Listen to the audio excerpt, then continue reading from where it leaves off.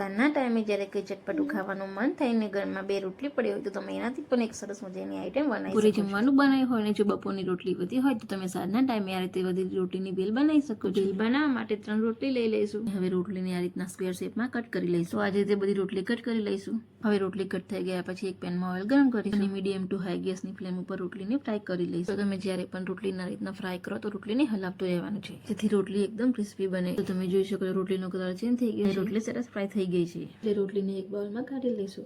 હવે જે બાઉલમાં રોટલી છે એ બાઉલમાં ભેલ બનાવી લઈશું. તો એ ભેલ બનાવવા માટે મેં અડધી વાટકી સેવ લઈ લીધી છે એ એડ કરી લઈશું. અને અડધી વાટકી જીની સમારેલી ડુંગળી એડ કરીશું અને અડધી વાટકી જીના સમારેલા ટામેટા એડ કરી લઈશું.